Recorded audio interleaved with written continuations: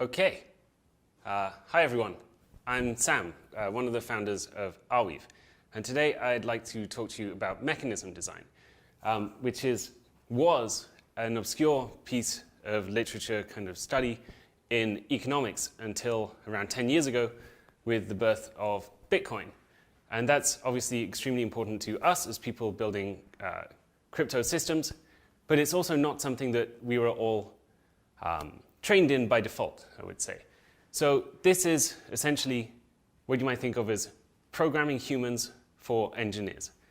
And this is based on experience and learnings that we've made kind of at Arweave along the way, and also before Arweave, so for the last 8 or 9 years, without, I guess, formal study. So I was part of a PhD program studying and building decentralized operating systems before I got into the crypto scene. And as a consequence, it was kind of necessary to learn all this stuff ourselves. And I would say that most of the literature out there about mechanism design is focused very much on people inside the economic sphere by default.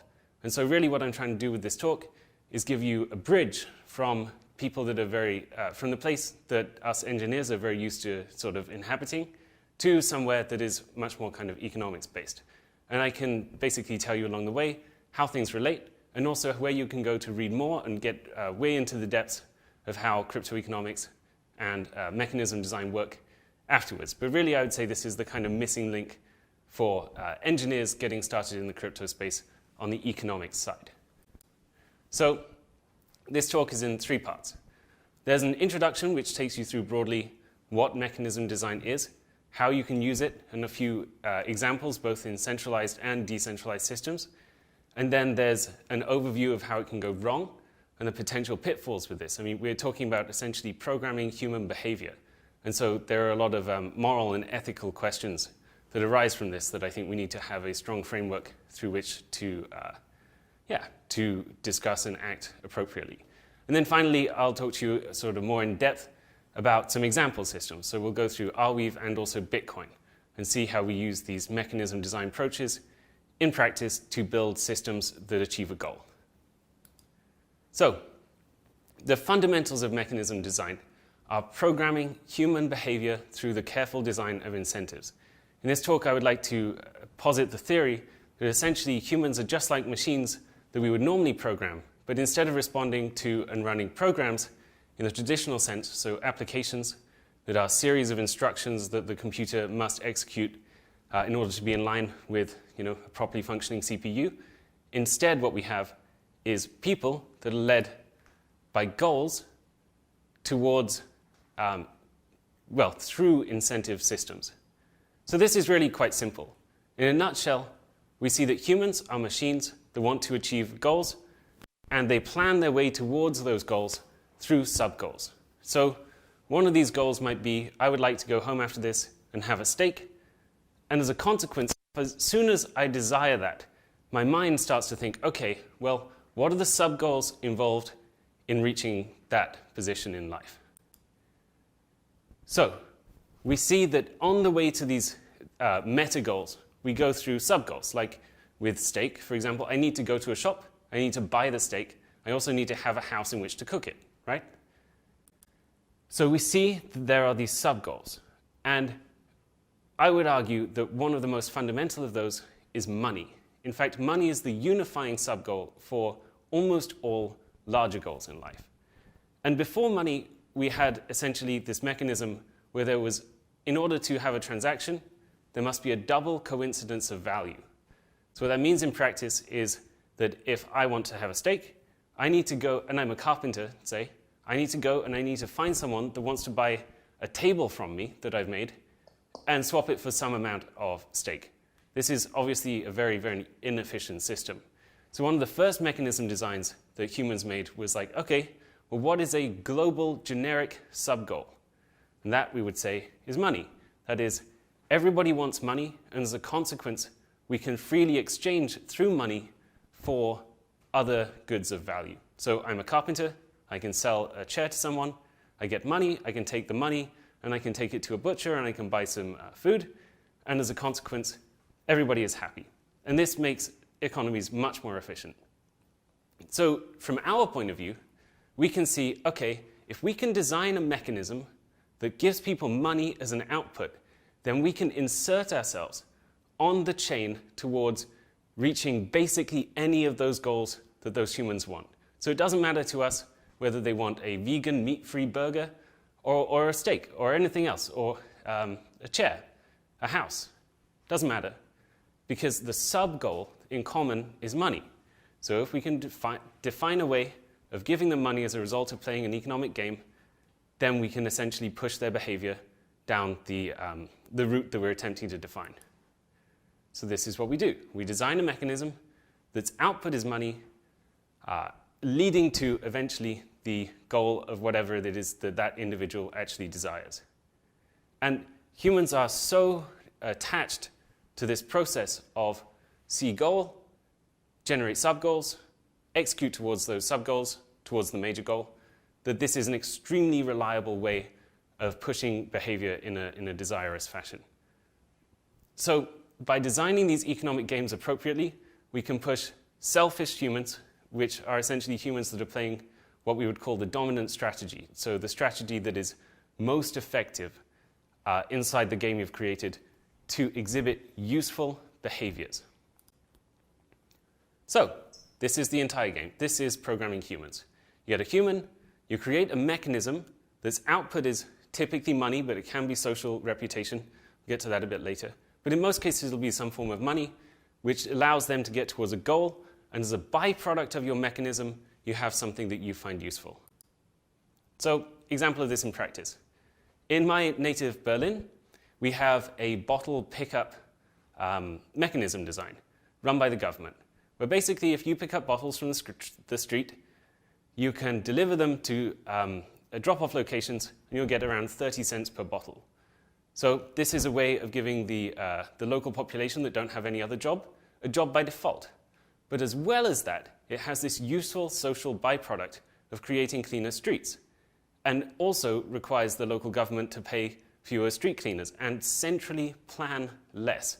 So one of the I guess, common factors we'll notice when we're looking at mechanism designs in this lecture is that a lot of them really have this amazing attribute that they push to the collective brain of society the question of how to play the game that you've created most effectively.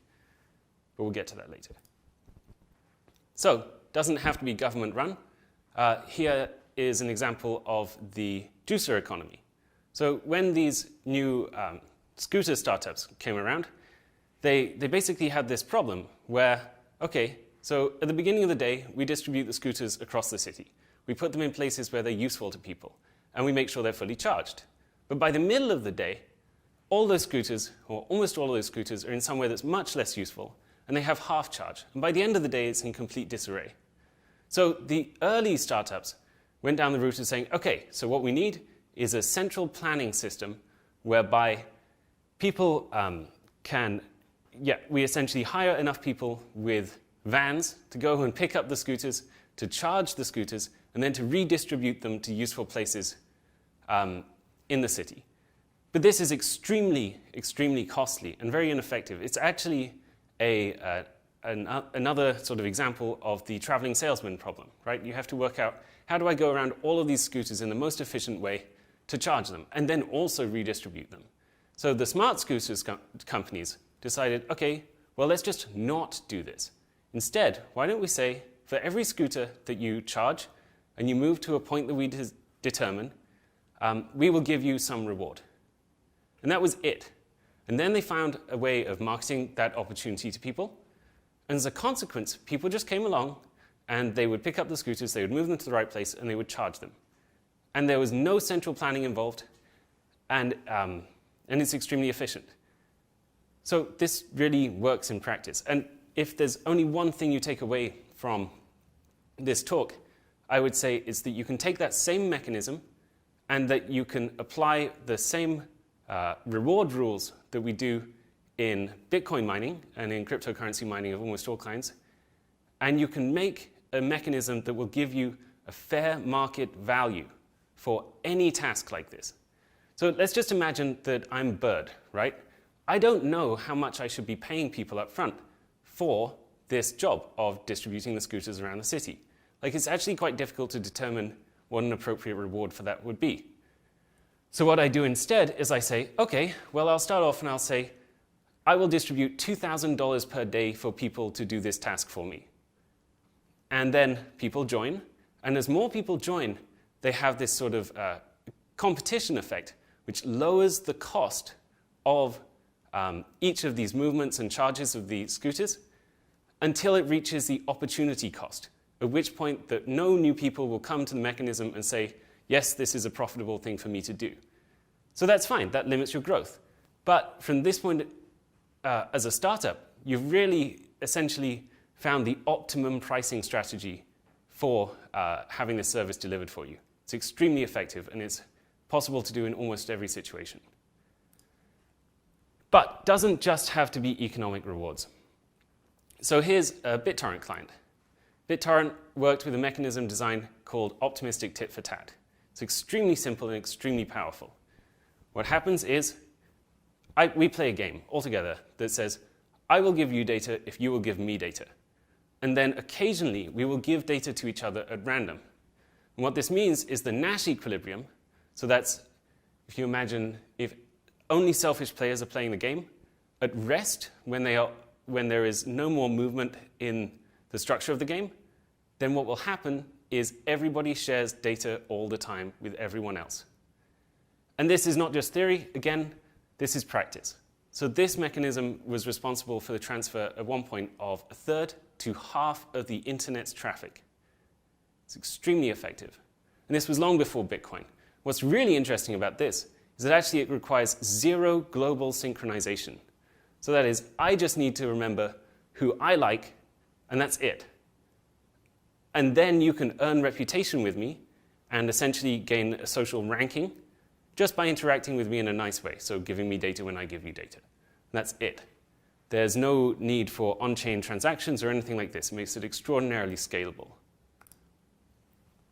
But, of course, this leads us to the final example here, which is Bitcoin. So Bitcoin is decentralized, ownerless money. That is a system of money, or a system of value storage at least, where no one party is able to control it or to change its ownership by force or print more of the tokens in the network. We have proof of work as a mechanism to reward people for securing the network and also processing transactions. Again, just another simple mechanism design, but it's able to do something that was previously impossible. I mean, from a purely technical point of view, Bitcoin is just evidently a better version of gold than gold is. Gold's main value is that it is scarce. There isn't going to be a massive influx of more gold into the system. But even in that case, it's fairly easy to forge gold. And indeed, we don't know how much gold is out there on asteroids and other planets and so on. So it's not actually that scarce. Whereas Bitcoin exploits cryptography and mathematics to enforce that scarcity, making it, at least at a technical level, simply a better system. That's the basics of how you program humans. You find a way of getting between the human and the sub-goal that gets them to where they want to go. Then you generate a mechanism which rewards them for doing a task that you want. This is extremely powerful. So powerful that it's actually it can overpower the moral frameworks that most people live by in ways that are dangerous and, I guess, fundamentally disconcerting the first time you would see them, I would say. This is not theory. Again, this is practice. So this is Maurice. Maurice was a governor in the 1920s, 1930s in Canada. Maurice was responsible for the children's homes at the time, as well as the psychiatric wards. Maurice noticed that the federal government would give him $2 a day for the care of a single child in these homes. But he also noticed that he got $7 a day for care of mental health patients in their appropriate places. Then he realized, well, okay, so I could just take these 20,000 children that are supposed to be in children's homes and I could put them in mental hospitals and I could get 3.5 times the reward. And he did this in practice. It was real. It caused 20,000 children to be misdiagnosed with mental health issues that they didn't have, who were then forced to take medication for those non-existing conditions, with all of the effects on their lives that you might imagine. This is pretty terrible. In fact, this is foundationally terrible. And this is a result of a mechanism design that was not deliberately and carefully thought through. But in decentralized protocols, it's far, far worse.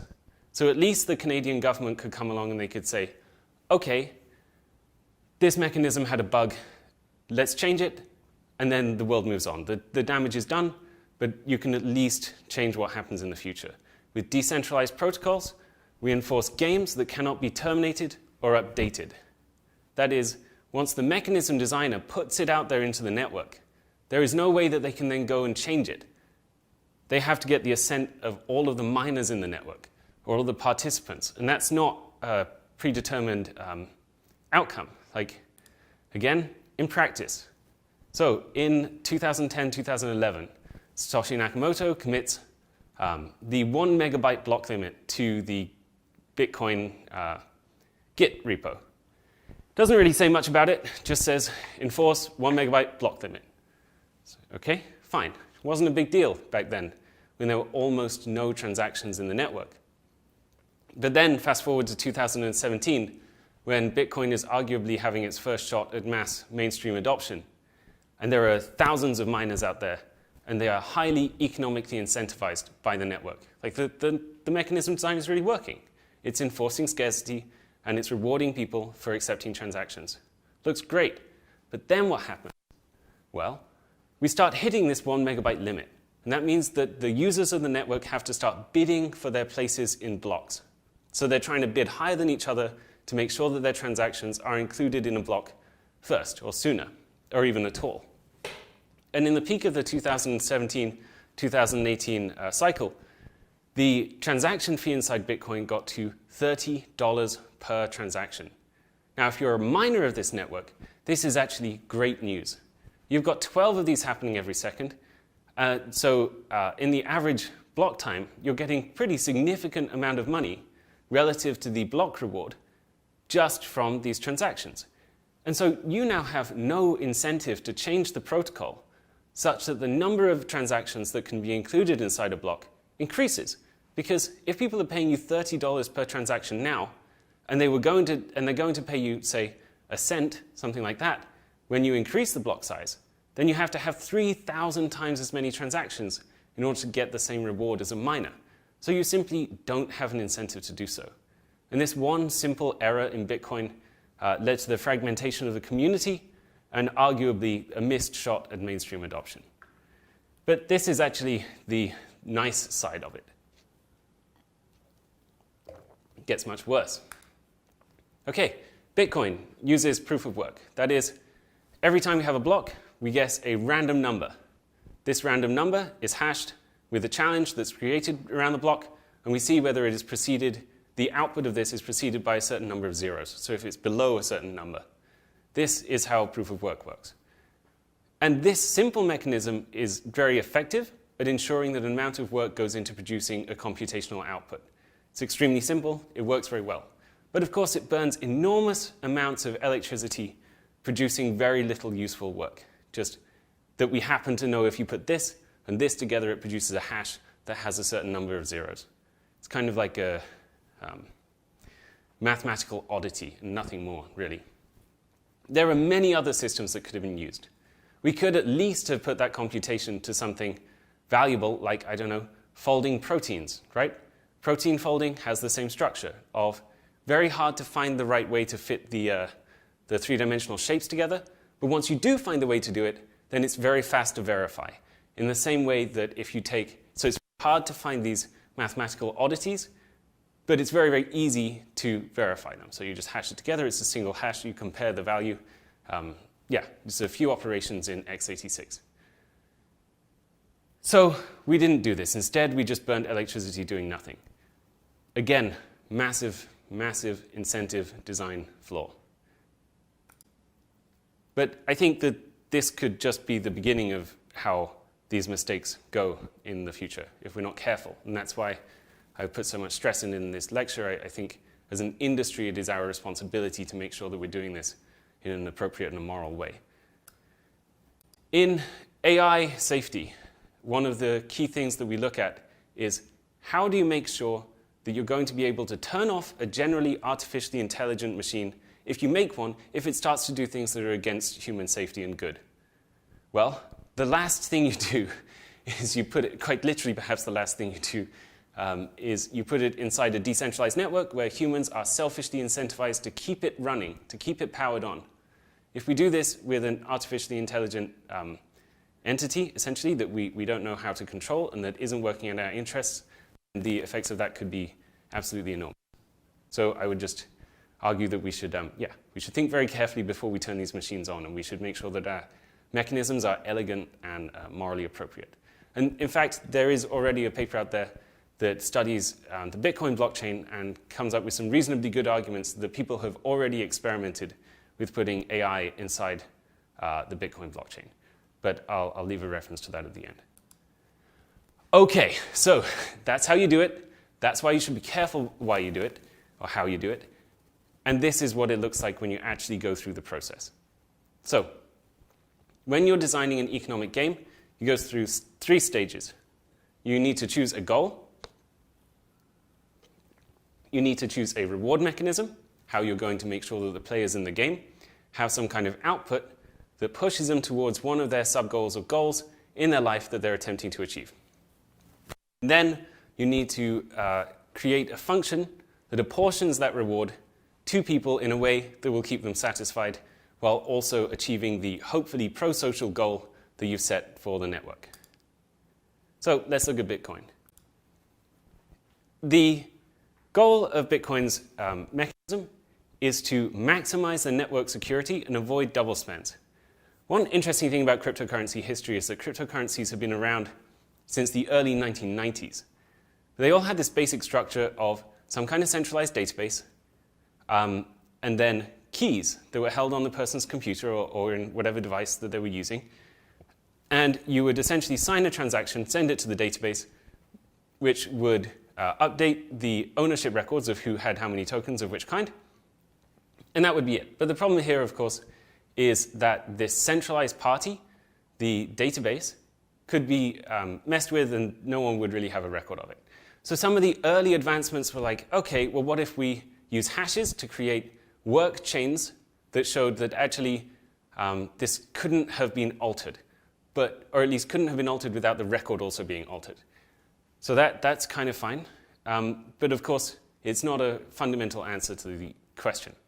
And so then along came Satoshi Nakamoto with the idea of a blockchain in 2009 that says, okay, fine, what if we replicate that database across all the machines in the network, and then we create a mechanism design, so an incentive, a game really, where one of the helpful byproducts is that they're incentivized to accept transactions and to follow a version of truth, follow a version of history in the network, where there aren't 2 transactions that take the same coins and spend them twice.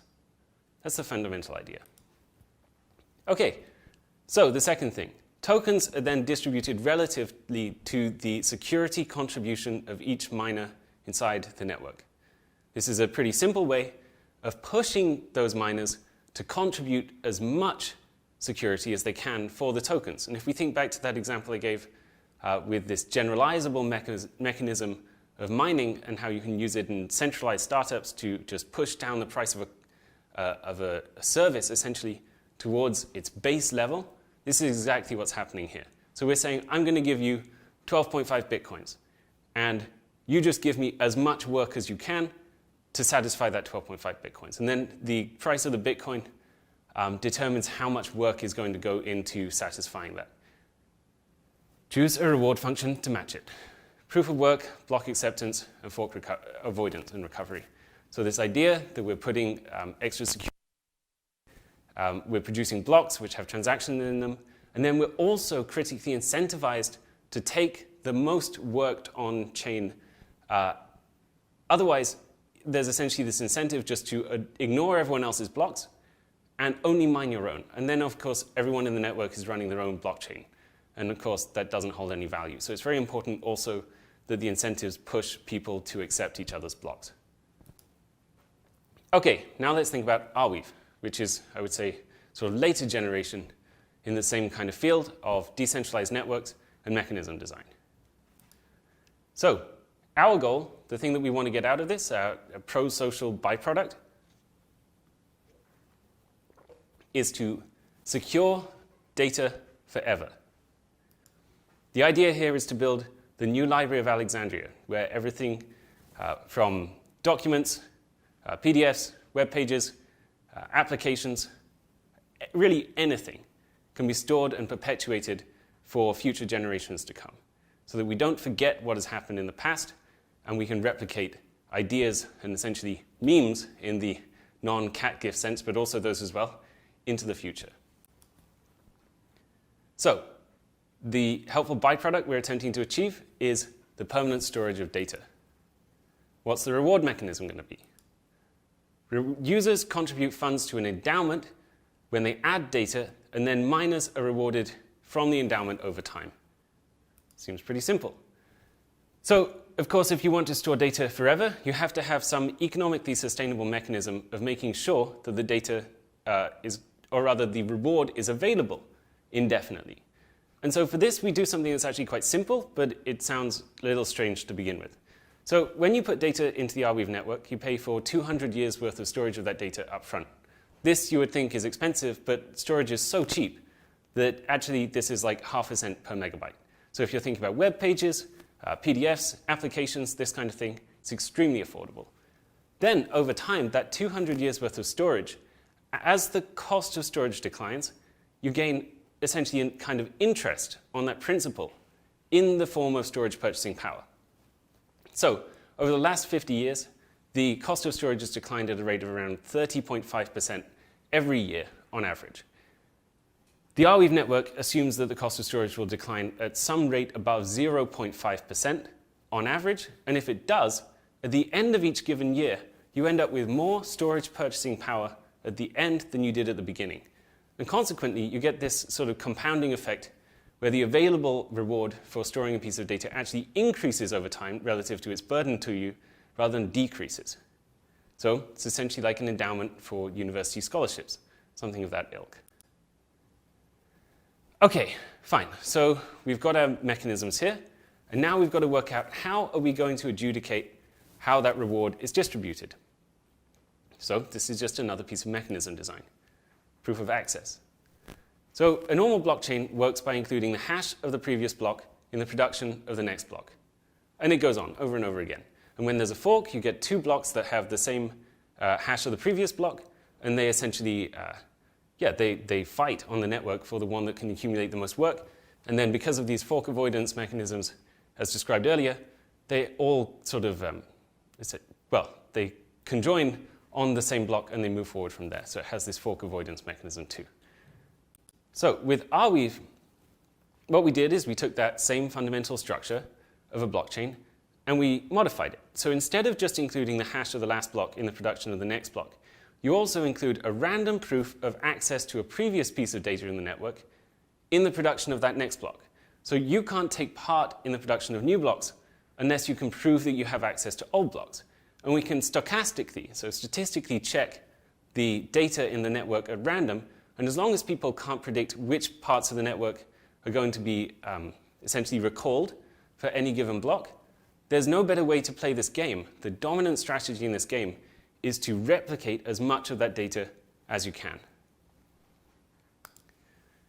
So this mechanism lays the groundwork for a network that provides the possibility of business models that you just couldn't pursue previously. There's simple stuff, like let's make sure if we make a contract together that we can store an immutable copy of that contract embedded in the blockchain so it has this kind of time stamping that's extremely effective and reliable, as well as the permanent ability to recall that contract. So we can tell it's essentially the shared record of the truth between us.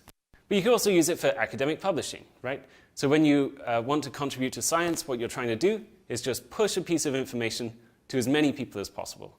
Well, just like the internet connects people over large distances, the Arweave connects people over long distances of time.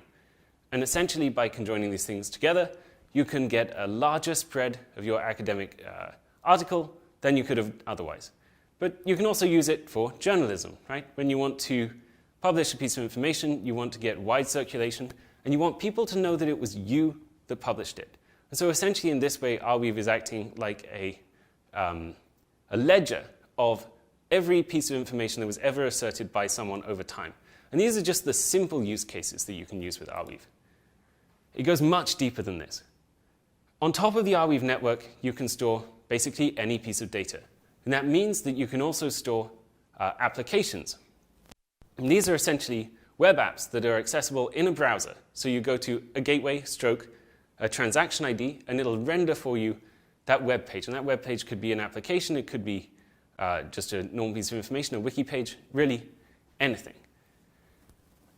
And the applications that you store in the system have a set of extremely interesting and different properties than applications that you find on the centralized web. So if you're using a perma web app, it cannot change. The developer can send a new version to the network, which can use all of the same data if they like, or data even from other applications, but they can't take back your access to the first application. And this means that you essentially preserve what we call consumer integrity. That is, if you find a perma web app that you like today, you can make sure, or you can be sure, that that application in exactly the same state is going to be available at any point in the future. Just to make this kind of clear why this is valuable, let's think about Gmail. So we all made our Gmail accounts, say, a decade ago, right? We all signed up, we pressed through the screen that said, make sure you read all these terms and services as fast as possible. No one cared. And suddenly we had this identity, which was associated with an account that was held by Google. I had no idea 10 years ago what Google was going to do with my identity or with the service they offered me, what they were going to do with my data, how they were going to use it for advertising, and indeed the service that I would receive. And then you're stuck, you're locked in. Now we can't really move away from Google for Gmail. Well, there's an email system on the Arweave called Weavemail. Weavemail is available as a protocol and as an application. So there's a general specification for if you would like to send a Weavemail message, it must conform to these properties. But then it's available in any Weavemail client. There's also an application. So you can be sure when you go to this transaction ID that you're going to get that same interface back every day in the future, simply forever, way past the end of your death. And a consequence of this is that you can be absolutely sure that if it's not now mining your data, if it's not now showing you adverts, it just won't do so in the future. This also changes the incentives for the developer. Now, when they want to issue you an update, they have to give you an update that is actually of a higher quality than the previous version. This, we think, is extremely powerful. But it doesn't stop there. Let's think about online social media networks. So, social media networks generally go through this pattern of, at the beginning, everyone loves them because they have a small community that is aligned around the same kind of ideals. But then over time, the community gets larger and larger and splits into different factions that have different ideals. And then you have this question of what content should be allowed on the network or not. And it becomes the job of the developer to adjudicate this. And this, as a developer, this is just the worst thing in the world. You don't want anything to do with this. It's a purely social problem to which there is no good answer. If you censor too much, the free speech people are going to hate you. And if you don't censor enough, everyone else is going to hate you. This is a no-win situation. But on the Arweave, with perma web apps, we take an approach, which says, okay, so the applications in the network are truly permanent and ownerless once you launch them. So once they're sent to the network, anyone can access that transaction ID, and the owner doesn't have any further rights than anyone else in the network to adjudicate how that application works. So let's think about decent A forums, for example. It's a forum network built on top of the Arweave where the developer has launched it, they paid less than a cent, and users pay a tiny fraction of a cent when they want to post a piece of information to it. And now it's simply ownerless. It's run by code. So in the same way that in Ethereum, code is law for smart contracts, in Arweave, web applications, their code is law for adjudication of content moderation. And that means that if you start a community there, you can be confident with how that community is going to be moderated in the future. It fundamentally changes the game. These things together, we think, enable an ecosystem of open source web applications. So one of the questions we were thinking about when we were getting started building the permaweb is, why is it that in the desktop space and in the server space, in different ways, but it's true, open source applications have taken hold? So applications that are built by people that don't necessarily have a clear business objective for doing so have been produced and are used by very large numbers of people. In fact, open source software fundamentally runs the web today with Apache and so on, and Linux, of course. Why didn't that happen on the web? And we think the answer to that is pretty simple. It's because the web application incentive model is broken. So let's think it through. Like, you build a really fun little side project on a weekend. You launch it, you put it on a $7 a month AWS server, everything's great. You put it on Hacker News. Whoa, suddenly you have tens of thousands of people using it. Now your $7 a month server is not enough. Okay, so you're starting to spend $80, $200. You're suddenly realizing that your usage costs are scaling with the number of users. Yet, the users want something that is free. And this gives you one of two difficult options. You either have to take VC funding very early on, or you have to monetize very early on. So VC funding is fine. It's certainly one way of doing it. But this pushes towards an exceptionally high growth model, which for something that is just a weekend project might not actually be what you're going for. And if you monetize early, you know that this is going to kill growth, and particularly with applications that require network effects to start going, so perhaps social applications, this might remove the possibility of your application being adopted in practice at all. Permaweb apps have a fundamentally different model. You pay 1 cent per megabyte, less than a cent per megabyte, when you upload the application in the first place, and after that, you are done with it. That's over. That's your contribution done. And then users, when they use these applications, they can essentially pay tiny, tiny fractions of a cent in order to store data in the network as a result of an interaction with the app. And as such, they're essentially paying their own way, and the costs are not accruing with you, yet the costs are so low that the user doesn't even realize it's happening. Really, they just think they're logging in with a wallet of some kind, and then they have a very small amount of money topped up on it, and once in every 2 or 3 years for something like Twitter, then their $2 top-up runs out. It's extremely simple, changes the incentives entirely, and it works exceptionally well, and we think that it enables you to build an open source web ecosystem today. In fact, we don't think we have already seen it in practice. There are already 200 applications built on top of the Arweave that are going down exactly this route with growing communities around them. So, the broad idea with what we're going for with Arweave is a global, immutable record of knowledge and applications that are applications and history that are cryptographically verifiable and unchangeable over time. Okay, thank you all for listening. If you'd like to get more into the economics of mechanism design from a sort of different standpoint with a large amount of mathematics focus, then I would thoroughly recommend Tim Roughgarden's lecture series, Algorithmic Game Theory. If you want to come work for Arweave, these are fundamentally the required reading, required listening, actually, in this case, in order to work with us. And I would say they are the most accessible, economics-focused introduction to mechanism design out there. You could also look at Trent from Ocean Protocols towards a practice of token engineering. So what I've outlined for you here, I hope, is how mechanism design works, what you can do with it in practice, what the pitfalls are, and then Trent's piece takes you through, okay, so if you were to actually think about this from like a tool chain, what are the applications you should be using to try and experiment with this, and so on, then I would thoroughly recommend this blog post by Trent. And then, of course, there's this artificial intelligence on a blockchain paper that I mentioned earlier. Okay, thank you very much. Awesome, thank you, Sam. That was great. I don't know if I can't see you guys right now, but I'm sure people are cheering in the Slack. So we've got a bunch of questions from the audience, and I'm going to sort of moderate them. So you guys feel free to keep them coming in the Slack. But first one is Paul Cowgill, sorry. And And his question is, with the advent of AI and modern computing, don't some of the arguments against central planning based on computational throughput go away?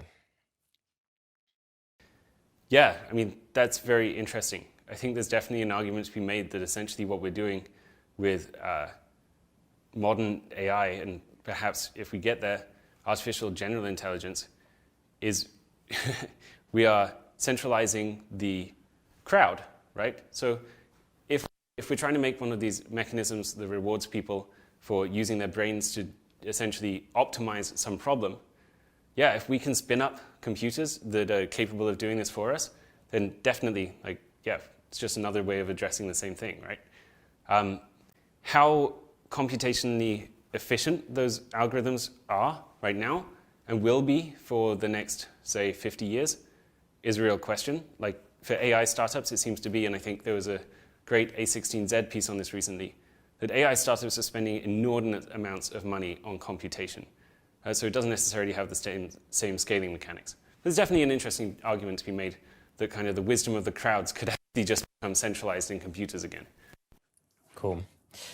Okay, so next one is from James, and his question is, people sometimes talk about useful proof of work, but if the work were useful or valuable in some new way, you can imagine people solely paying people to complete this work or doing the work for their own sake, such as GPU rendering or ML model training. Wouldn't this disrupt Bitcoin's mechanism? Doesn't the work need to be useless?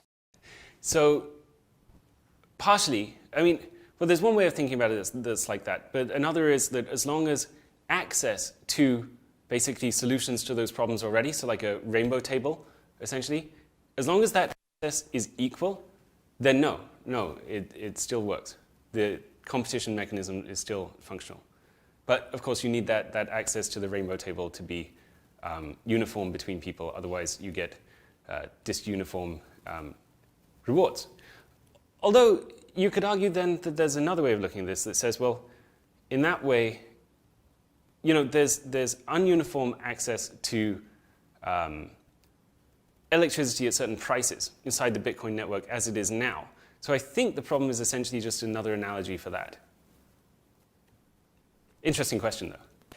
All right, next one is from Paulina, and her question is, in the context of coronavirus, how would you build an incentive mechanism for people to stay home instead of travel around? Especially that, one, incentives are most often non-monetary, and two, there's no single party that would be interested to provide those incentives to you. Yeah, that's a very interesting question. I mean, like a basic way is you work out some kind of task where the human has to be in their home, and then you work out, well, yeah, I can't work out what the concrete example of this is, but I can take you through the process of doing it abstractly, right?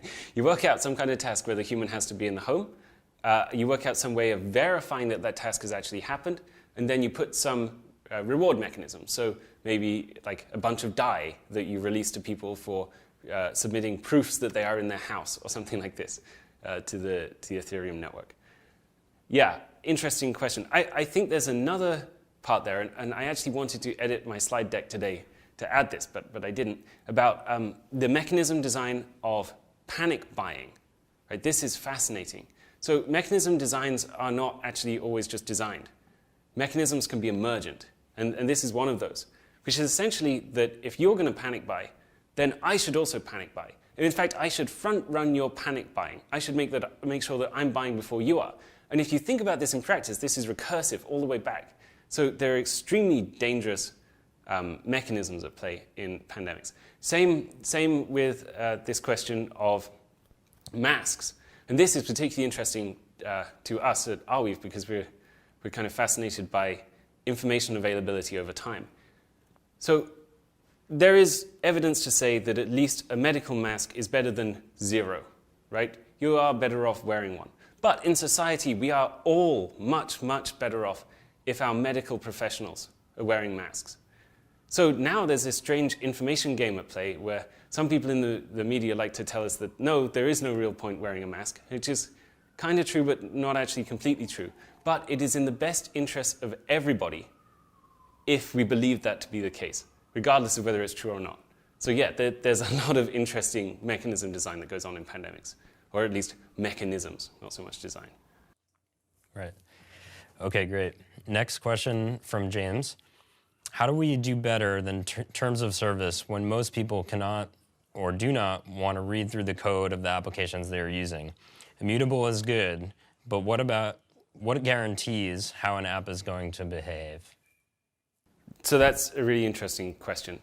I think that you can gain reputations around pieces of code that are held at certain transaction IDs, is essentially how it goes. So you're right, nobody, or very few people are going to go and read the Weave Mail source code. But they could, and a few people will, and they'll say this transaction ID has these properties. And then others will read about this, and there's a kind of, I guess, proof of authority mechanism in place, where if I see enough code reviewers that have reviewed this one specific transaction ID that is immutable and permanently available, yeah, then I guess I can trust that by proxy. That, I think, is the way that we do this. It's fundamentally different, though, from the terms of service approach, where almost nobody is reading them, and they're changing all of the time as well. So that, I think, is where the core differentiator comes. Right. Okay, another one from Paul. What are the best practices for determining the potential pathologies of a given mechanism ahead of time? For example, using a tool like Gauntlet, or deploy early and iterate based on how it ends up being used. How can you take into account behavioral economics in addition to just game theory? Yeah, this is interesting. People are starting to build toolkits now that are trying to work this out. Like CAD is an example of this, which is pretty good. And Trent McGonigal goes into much more detail about this in the blog post that I pointed to. So that's something, but I would say there's a lot of work that needs to be done in this area. Like, if we're being sensible about it, we need to get our AI to try and essentially work out the dominant strategies given a mechanism. And if that AI is smart enough, then that could be really valuable to us.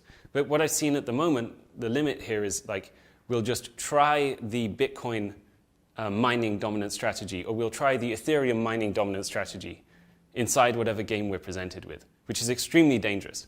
Because just like we saw with the example of Maurice, right? The Canadian government didn't realize that they were building a game that was fundamentally different to ones that they'd used before, right? So they'd had this, we will give people X for doing, looking after a person for some time. Yeah, this had been in place for a very long time. It was when they added another one that actually the perverse incentive arose by the presence of those two games in the same space. And if they would have used one of these systems that said, well, just apply the dominant strategy from some other known game inside this new game, they would never have picked that up. So unfortunately, the answer is the abstractions are very messy for this, and we don't have good tooling for working out how to do this in practice. But hopefully it'll get better, and at least people are working on it now. Next one is from Nori, and the question is, for Arweave, how come you don't have a delete function? Seems like you could do something where the owner could choose to delete something, and perhaps the owner could be refunded half their endowment. This wouldn't take away anything from the uncensorable nature of the network, since only the owner could choose to delete it. No, it definitely would. I mean, then you get a $5 wrench, right? And you force me to delete it, or you find my computer and you delete it for me. No, it fundamentally changes the mechanism in practice. I mean, that we could go down, there's a very interesting rabbit hole there. There's also computational issues that arise from holding that kind of state. But in general, I would just say, yeah, $5 wrench is the problem there. What, can you unpack the $5 rent problem? Sorry, of course, right. I think this came from an XKCD comic. And basically it goes something along the lines of some person is boasting about how strong their encryption is, and then some other person comes along with a $5 wrench and threatens to hit them with it, and now suddenly your amazing encryption is 0. Got it. I was hearing $5 rent. I didn't hear wrench, but that's even more. Okay, good. All right, next one from Abhishek. What is the economic role of the game designer in creating and sustaining a game? That's an interesting question. It's almost like asking the question, what is the mechanism for the mechanism designers, I guess. and normally the mechanism designers design some special place into the mechanism themselves where they gain some kind of reward. And then it's up to the participants to decide whether the mechanism that they've designed for themselves or the component of the mechanism that they've designed for themselves is fair. And of course, at the moment, we see this constant battle in the crypto space with like founding teams that are all like, oh yeah, no, we should bake ourselves into the protocol as receiving a reward for maintaining a version of a client for the network, which I personally think is fundamentally a terrible idea, because the reason protocols are cool is because they have decentralized clients, right? The single application is not the protocol. They're very different things. And you kill that completely if you just give one group all of the reward for doing that. And we see it playing out all over the place that this is just a very bad route to go down. Can tear communities apart. Okay, so next one from Sarah. What is the difference between designing reward mechanism versus the reward function? They seem very similar. Yeah, they are conceptually related. One is like, what am I going to give you? And the other is, how am I going to give it to you? How am I going to adjudicate which bit of the thing are you going to get? But often they come pretty sandwiched together, that's true. All right, I think this is going to be the last one, and it's from the Cybercode twins. I do wonder, how is the GDPR friendly given the own your own data movement? Who owns the data if it's immutable on the chain? That's a fascinating question, to which I am not actually the best person to speak to. I mean, it's the same question as like, okay, so I put a tweet out onto Twitter, and then lots and lots of bots have accessed that tweet. Do you really own it? Do you own all of the copies of that tweet? It's not clear. But in the case of Arweave, GDPR is actually very simple. So you would be surprised, but it's actually better than the centralized web. That's because you can just tell me, okay, everyone, here's a transaction ID. I would like you to delete it. I am this person. I own that transaction. And here's why I would like you to delete it. Then it's up to the miners to decide whether they do so or not. But of course, if those miners are in a GDPR-compliant country, they will delete it. So one of the things about the Arweave network is that it permanently embeds an incentive to recall a piece of data. It does not enforce any individual person to store that piece of data. So then it's just up to what each participant in the network deems is a reasonable way to act.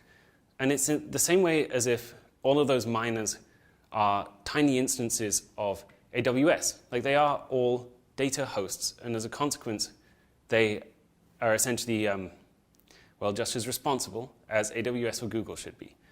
So it's up to them to make the mechanisms, but we give them the underlying tools that they need to communicate that people want things deleted, they want their access rights changed. Yeah, so that they can deal with this. And the same for illicit content on the network. So that's what I would say to that one, I guess. Oh, and the final thing is, yeah, no, we don't think that every single piece of information in the world should be public and permanent. It's very clear that they shouldn't. But we would say that the information that should be permanently stored is very poorly served by the available data storage mechanisms outside of Arweave. And that's where we fit in, essentially. Great. Okay, thank you so much, Sam. Of course.